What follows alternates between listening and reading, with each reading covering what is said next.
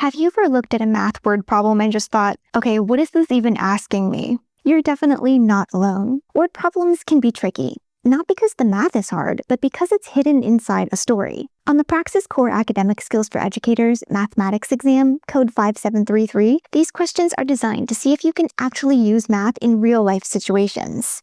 Hi, I'm Olivia, a test prep expert at study.com, and welcome to the Pass Your Praxis channel. The good news is, once you know the right strategies, even the trickiest word problems start to feel a lot more doable. And today, I'm going to share them with you. Let's get started.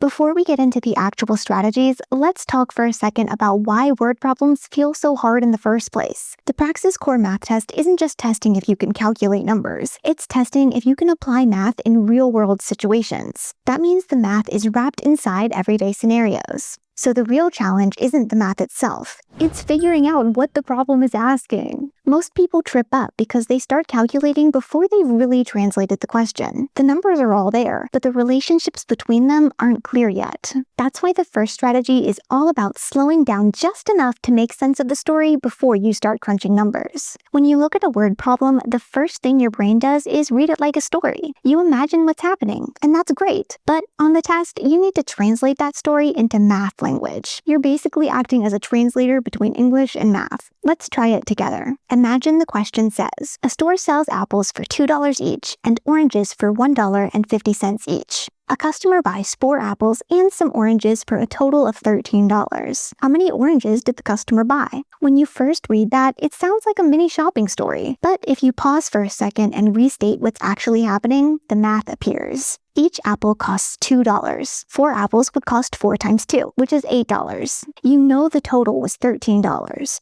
So the remaining amount, 13 minus 8, must be the cost of the oranges. That's $5 left for oranges. If each orange costs $1.50, you can think, how many times does $1.50 go into $5? $1.50 goes into $3 twice, and that leaves $2 left over, which is another orange and some change. So the customer bought about 3 oranges. You just turned a paragraph into a few simple steps. You didn't have to memorize a fancy formula, you just translated the story. That's what you want to practice every time. Don't get lost in the words. Pull out the key relationships, the each, the per, the total, and the difference. Those words are clues that tell you what kind of math you're supposed to do. Once you train your brain to spot those clues, the story starts to look a lot less like a paragraph and a lot more like a math problem you already know how to solve. Here's the thing. People who are really good at word problems aren't always better at math. They're just better at staying organized. The Praxis Core Math exam likes to include extra numbers or details in its problems to see if you can focus on what actually matters. When you try to hold all that information in your head, it's easy to get confused or miss something important. That's why writing things down can make such a big difference. It's not about making a perfect diagram or drawing. It's about seeing the relationships between the numbers clearly. For example, imagine a problem says 3 notebooks cost $4.50. How much would 5 notebooks cost? If you try to do that entirely in your head, it's easy to make a mistake or lose track of the steps. But if you write it out, you can see the logic clearly. Start by figuring out the cost of 1 notebook.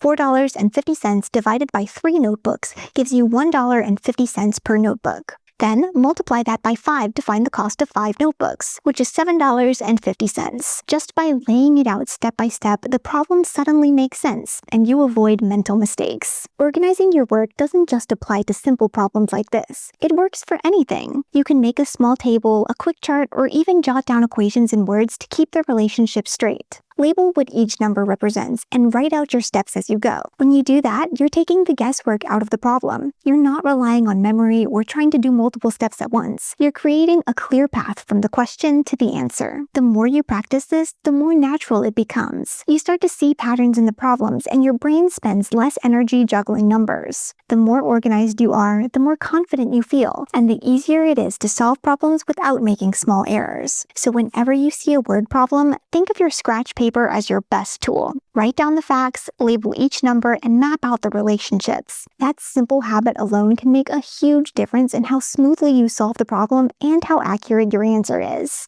Now, this last strategy sounds simple, but it's one of the biggest reasons people lose points on the Praxis Core Math exam. You can do every single step correctly and still get the question wrong if you solve for the wrong thing. So, always check what the question is actually asking for. The test loves to ask for something slightly different from what you expect. It might ask for the total when you found a single part, or it might want the percentage instead of the amount. Let's look at an example. A rectangle has a length that is 3 more than twice its width. If the perimeter is 36, what is the area? This is one of those questions that seems easy at first, until you realize it's asking for something extra. Start by translating what it says. The length is 3 more than twice the width. If the width is 5, then twice the width is 10, and 3 more than that is 13. The perimeter is the distance all the way around, which means 2 times the length plus 2 times the width equals 36. So, if 2 times the length plus 2 times the width equals 36, you can simplify that by dividing everything by 2, which gives you length plus width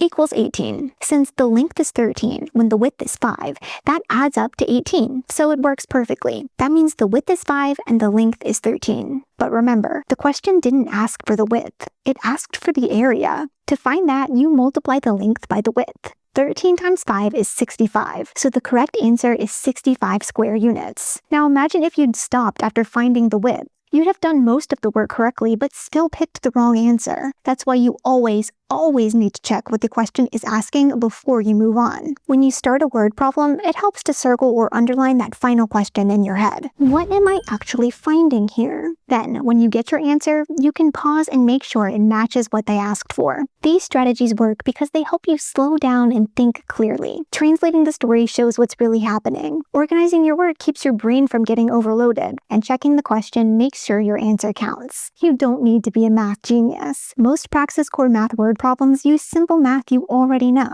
The trick is connecting the story to the numbers. Take a breath, translate the problem, organize your steps on scratch paper, and make sure you're answering what's asked. And if you want extra help, Study.com's Praxis Core Academic Skills for Educators Mathematics Exam Prep course walks you through these kinds of problems step by step so you can build confidence and practice the exact skills you need. If you found this video helpful, be sure to like and subscribe.